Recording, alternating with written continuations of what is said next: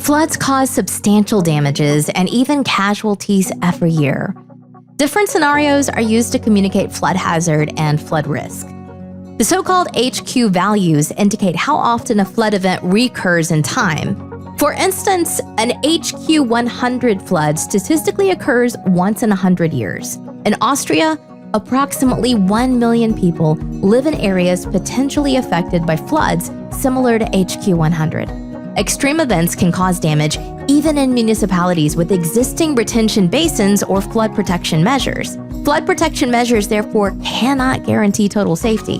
The so-called residual risk always remains.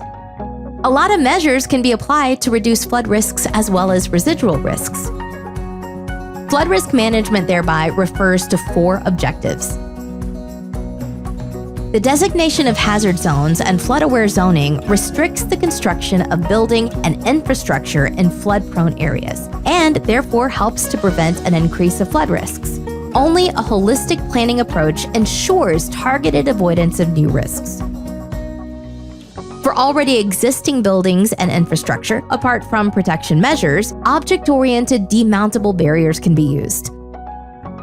Flood-adapted management in agriculture and forestry, sediment management, and regulations for industry and trade contribute significantly to a reduction of existing risks. The availability of forecasting and early warning systems, as well as coordination with the emergency management authorities, can increase the coping capacity. Finally, everybody can contribute to reduce flood risk.